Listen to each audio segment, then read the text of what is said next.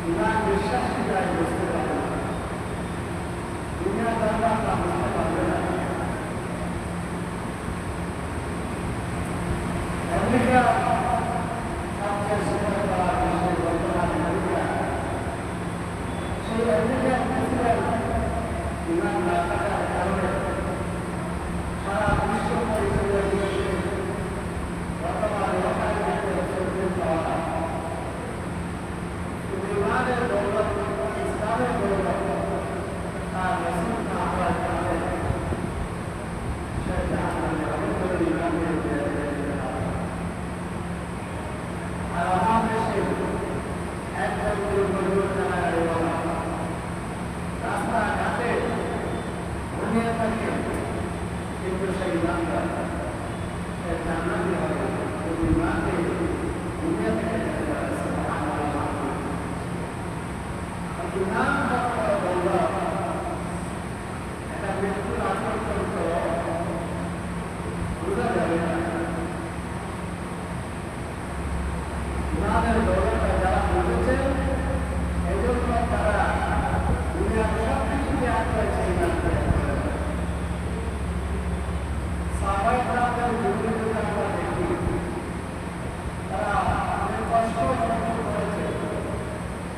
আল্লাহু আকবার ভাষায় প্রকাশ করা যায় না।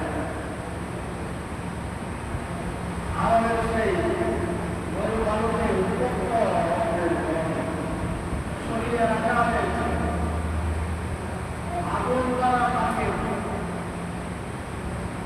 লোহা গরম করে আগুনের সেই লোহা দ্বারা তাকে দান করা হয়।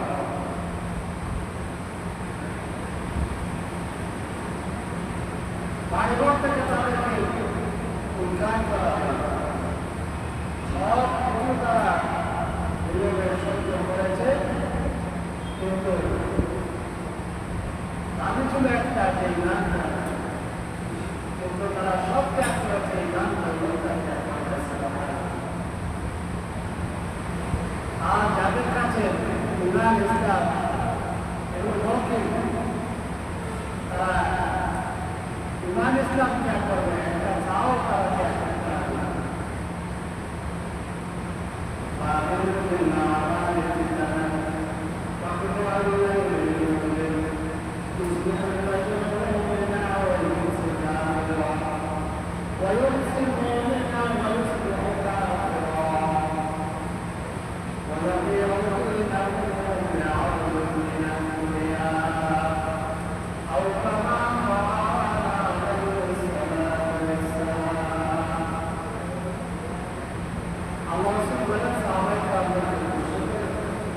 তোমরা ভালো কাজের পথে জড়িত হও,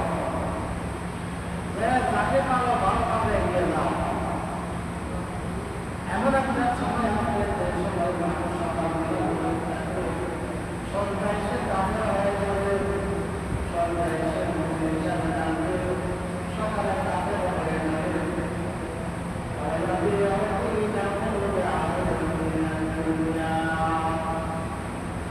ইহকালে তুচ্ছ জিনিসের বিনিময়ে তার ইমান ইসলাম সে বিক্রি করে ফেলবে না। অথচ যারা ইমান ইসলামের তারা সব ত্যাগ করেছে। ইমান ইসলাম স্ত্রী পুত্র পরিবার পরিবার ধন সম্পদ ক্ষমতা সব ত্যাগ করেছে। ত্যাগ করে ইসলাম, ত্যাগ করে ইমান। আর আমরা যে সতর্কবাণী করেছেন, এমন একটা সময় আসবে মানুষ দুনিয়া থেকে কারণে বড় বড় বিষয় নয়, তুচ্ছ জিনিসের বিনিময়ে ছায়ার কারণে, টাকার কারণে, আত্মীয়তার কারণে, সম্পর্কের কারণে ইমান ইসলাম আদর্শ ত্যাগ করে দেবে। আমরা সকলকে হেফাজত করি। প্রথম নিয়ামত বলছিলাম, বরং নিয়ামত যে নিয়ামতের সাথে দুনিয়ার কোনো নিয়ামতের তুলনা হয় না। এক তিনটা মহাবিদ্যালয় মহাবিদ্যালয়, এক নম্বর হচ্ছে ইমান ইসলাম। আল্লাহ যাদের ইমান ইসলাম দান করেছেন, দুনিয়ার সবচেয়ে ইহকাল পরকালের সবচেয়ে বড় নিয়ামত আল্লাহ তাদেরকে দান করেছেন।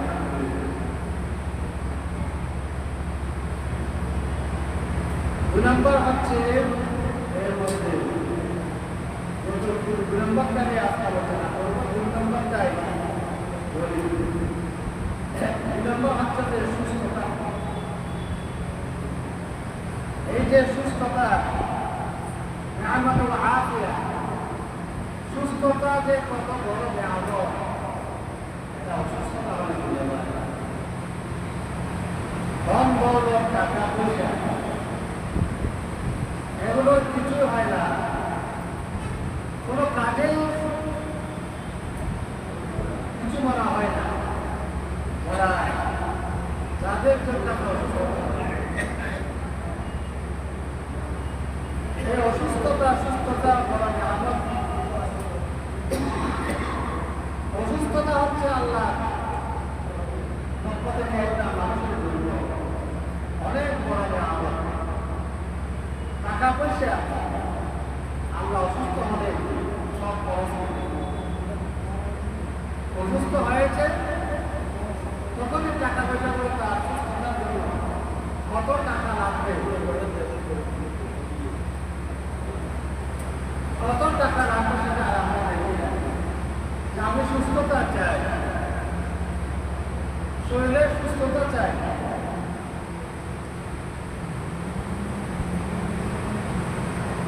জন্য আমরা ফ্রিতে সুস্থতাটা পাই আল্লাহর পক্ষ থেকে। নিয়ামতটা যখন অসুস্থ হয় তখন বুখারী শরীফের হাদিস আল্লাহ রাসূল বলেছেন, নিয়ামতানি মাগফুরুতুন কাসীরুন মিনান নাস আস-সাহহাতু ওয়াল ফারাগ। নিয়ামতানি কাসীরুন নিয়ামতানি মাগফুরুতুন কাসীরুন মিনান নাস আস-সাহহাতু ওয়াল ফারাগ। দুটো নিয়ামত পৃথিবীতে আমরা পাই, এর কোনো গুরুত্ব না দিই, মূল্যায়ন না করার কারণে আমরা প্রায় মানুষ শুরু করেছি। সেই দুটা নিয়ামত হলো, একটা হচ্ছে সুস্থতা, আরেকটা হচ্ছে জামানা মুক্ত, অবসর মুক্ত দুটা আল্লাহ আমাদেরকে ফিরিয়ে দেন। কিন্তু এগুলোর ব্যাপারে অধিকাংশ মানুষ, প্রায় মানুষ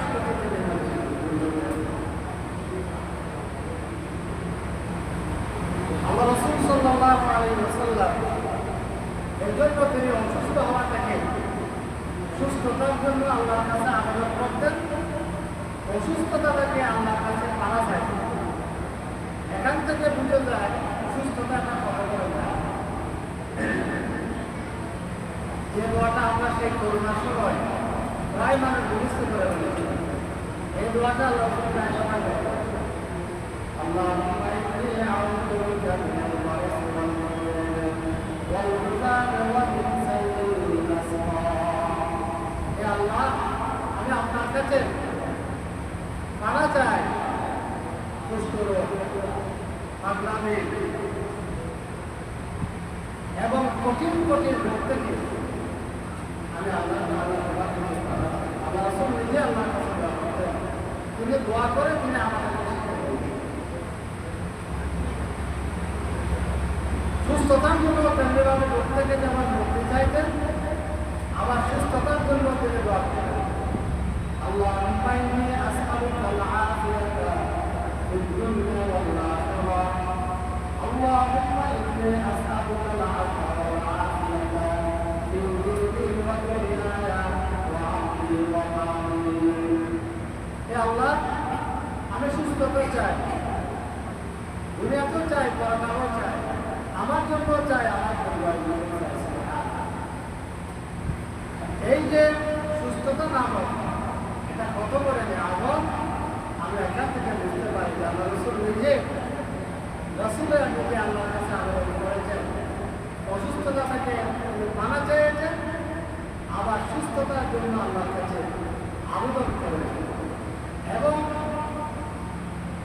এই যে আল্লাহ রাসূল সাল্লাল্লাহু আলাইহি ওয়াসাল্লাম যাদেরকে সুস্থতা নামক নিয়ামতগুলো দিয়েছেন, রাসূল তাদেরকে বলছেন, তোমরা এটাকে গনিমত করো, তুমি যে চিরজীবন তোমার পূর্ণ হায়াত তুমি সুস্থ থাকবে। আপনারা তাদের খামসান আল্লাহ শাবাবাকা ওয়ালা আউন ওয়া সাহহাতাকা ওয়ালা সাহহাত ওয়া মিনাতাকা ওয়ালা মারাদ ওয়া হায়াতাকা ওয়ালা মাউত ওয়া فراغك قبل الغروب وحياتك قبل الغروب أو كما قال عليه الصلاة والسلام। রাসূল বলেন, হে আমার উম্মত, তোমরা তোমার জীবনে পাঁচটা বিষয়কে তুমি গনিমত করো। ইস্তানিম খামসান ক্বাবলা খামস শাবাবাকা ক্বাবলা মাউত। তোমার যুদ্ধকাল আসার আগে তোমার করে দাও, যৌবনটা তোমার জীবন কাটবে না, যুদ্ধ হয়ে যাবে। বসে একটা টাকা কাবাল আছে, সুস্থ আছে একটা যুদ্ধ দাও, পরিমাণ করলে মূল্যায়ন করে কাজে লাগো, একদিন তুমি অসুস্থ হয়ে যাবে। ও বিনা টাকা বলা পাথর দারিদ্রতা রাখে তোমার সফলতাকে একদিন তোমার আপনি তুমি আমদানি হয়ে যাবে, আবার ব্যস্ত হয়ে যাওয়ার আগে যাওয়া সময় এটাকে বলে কাজে লাগাও।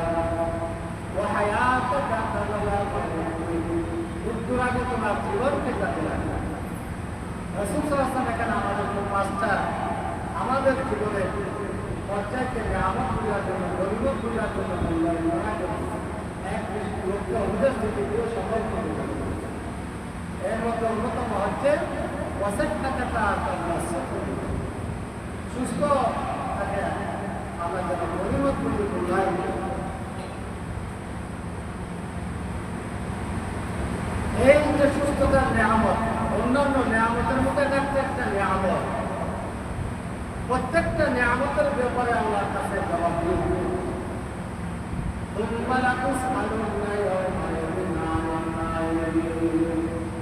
আল্লাহ বলেছেন যে তোমাদেরকে আমি যত নিয়ামত দিয়েছি সেই নিয়ামতের প্রত্যেকটা নিয়ামত সম্পর্কে তোমাকে আল্লাহ জবাব দিই। এই নিয়ামতে সকল নিয়ামত আল্লাহ রাসূল সাল্লাল্লাহু আলাইহি ওয়াসাল্লাম এই সুস্থতা যে একটা স্পেশাল নিয়ামত, এটাকে আমরা স্পেশাল ভাবে উল্লেখ করছি।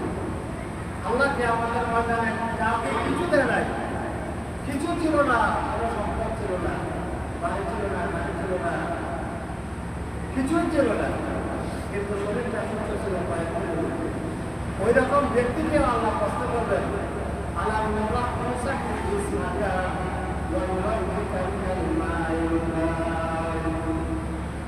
যখন বলবে আল্লাহ আমার তো কিছুই ছিল না, আমি একেবারে অসহায় করে জন্ম নিয়েছি, আমি অসহায়, টাকার বাড়ি ছিল না, পড়ার কাপড় ছিল না, পুরো বাদ খেতে পারি নাই। আল্লাহ যখন বলবেন আল্লাহ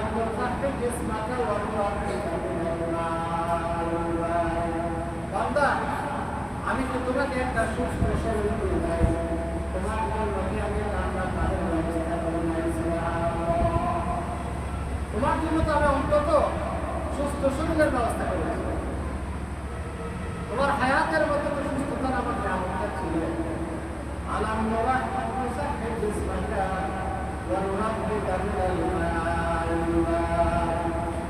আমি তো তোমাকে একটা সুস্থ শরীর দিয়ে দেয়, তোমাকে আমি কান্নার বাড়ি দিয়ে দেয়, এগুলো সুবিধা তুমি আদায় করে দেব। এই নিয়ামত সম্পর্কে আমাকে আপনাকে আল্লাহ জবাব দিন। নিয়ামতগুলোকে শুকরিয়া আদায় করতে হবে।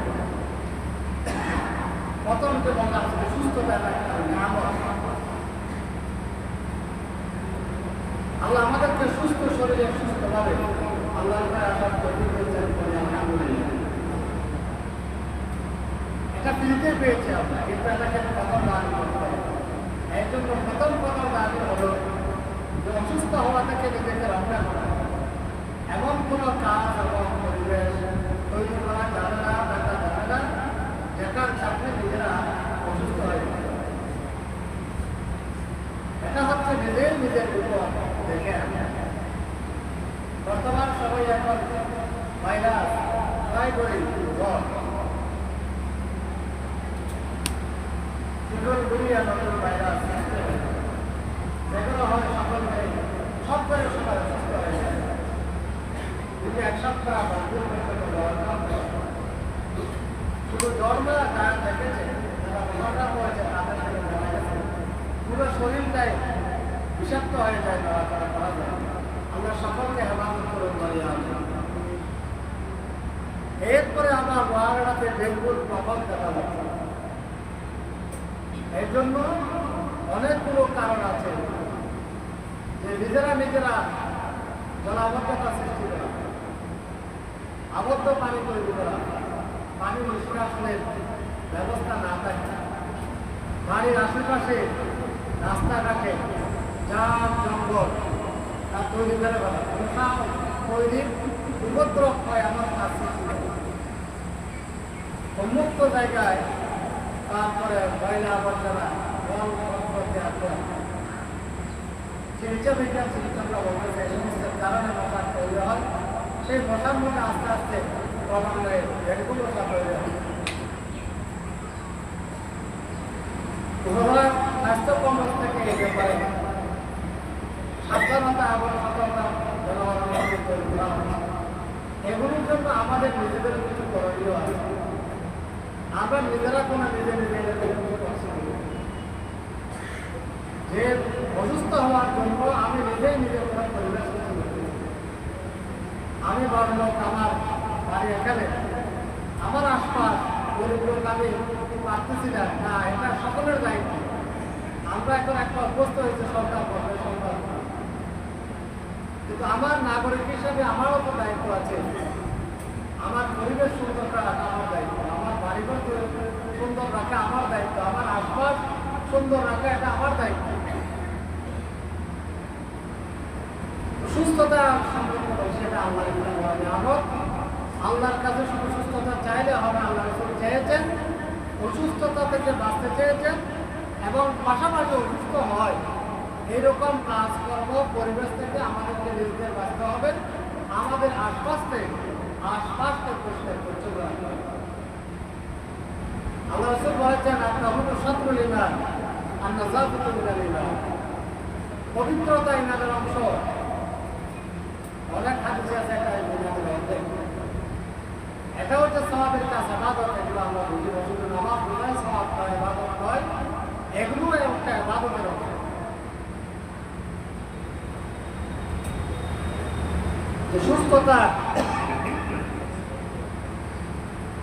সুস্থতা সম্পর্কে বলছিলাম যে আল্লাহ রাব্বুল আলামিন যাদেরকে সুস্থতা নামক নিয়ামত দিয়েছেন, এই নিয়ামতের শুকরগুজারি করা আমার আপনার উপর ওয়াজিব।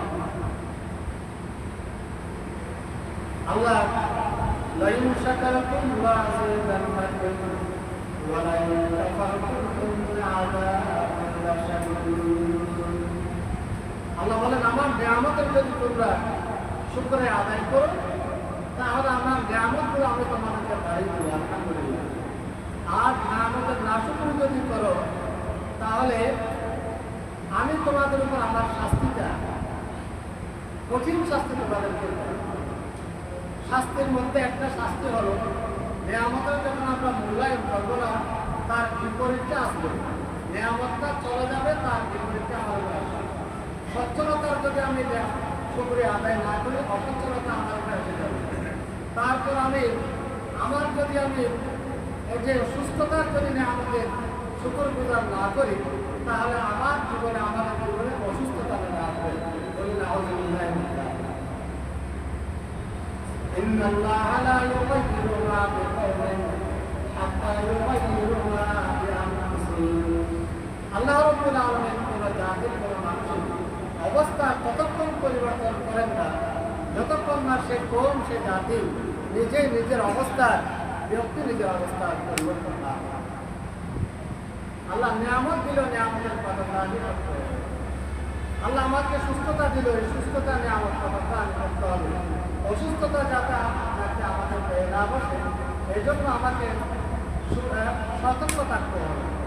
আরেকটা শুকরিয়া হলো যে কাজটার জন্য আল্লাহ যে নিয়ামত আল্লাহ আমাকে যে জন্য দিয়েছে সে কাজের জন্য আমাকে নিয়ামতটাকে ব্যবহার করতে হবে, সেই কাজটাকে ব্যবহার করতে হবে। টুপি দেওয়া হয়েছে মাথার জন্য, টুপিটা রাখতে হবে মাথায়। জুতো ব্যবহার করে দেওয়া হয়েছে, তৈরি করা হয়েছে পায়ে দেওয়ার জন্য, এটা রাখতে হবে সেখানে। তার বিপরীতে যদি হয় তাহলে সেটা হবে নিয়ামতের নাশুকরি। জুতো আছে তারপর আমি খালি পায়ে হাঁটলাম, পাথর উপরে হাঁটতেছি, তারপর পায়ে বুক পেলাম, এটাও হচ্ছে নিয়ামতের নাশুকরি।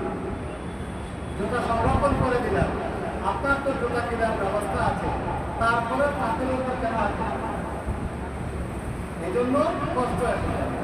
আল্লাহ রাব্বুল আলামিন আমাদেরকে যে নিয়ামতগুলো দিয়েছেন প্রত্যেকটা নিয়ামতের প্রত্যেকটা কাজের জন্য আল্লামা ইবনুল কাইয়্যিম রাহমাতুল্লাহ তাআলা আলাইহি মানুষকে যে আল্লাহ দিয়েছেন প্রত্যেকটা আমাদের প্রতি আল্লাহর একটা আদেশ আছে আর একটা নিষেধ আছে, একটা কল্যাণ আছে আর একটা অকল্যাণ আছে। এই হাতকে আল্লাহ ব্যবহার করা একটা আদেশ দিয়েছেন, হাতটাকে আবার আল্লাহ নিষেধ করেছেন কিছু কাজে হাত ব্যবহার করা যায়। আল্লাহ চোখের প্রতি একটা আদেশ আছে, চোখকে কাজে ব্যবহার করো, সেই কাজে চোখ ব্যবহার করতে হবে। আবার চোখকে নিষেধ করেছেন আল্লাহর কাছে ব্যবহার করা যায়। এভাবে আমার শরীরে প্রত্যেকটা অঙ্গের প্রতি আল্লাহর একটা আদেশ আছে আর একটা নিষেধ আছে। আবার আমার প্রত্যেকটা হাত দ্বারা আল্লাহ কিছু উপকার দেওয়ার জন্য বলেছেন, আবার কিছু কাজ করলে অপকার হবে আল্লাহ বলেছেন। এই ক্ষেত্রে আমার প্রত্যেকটা অঙ্গ শরীর আল্লাহর আদেশ নিষেধ যদি আমরা মেনে চলি, তাহলেই হবে সেটা আল্লাহ আমার শরীরে এবং আর সকলে আছে। আর যদি সেটা না করি তাহলে না করি। আল্লাহ রাব্বুল আলামিন আমাদেরকে সুস্থতা সহ যত নিয়ামত আল্লাহ আমাদের দান করেছেন, প্রত্যেকটা নিয়ামতের আল্লাহ যথাযথ শুকরিয়া আদায় করা আল্লাহ দান করেন বলে আগে কথা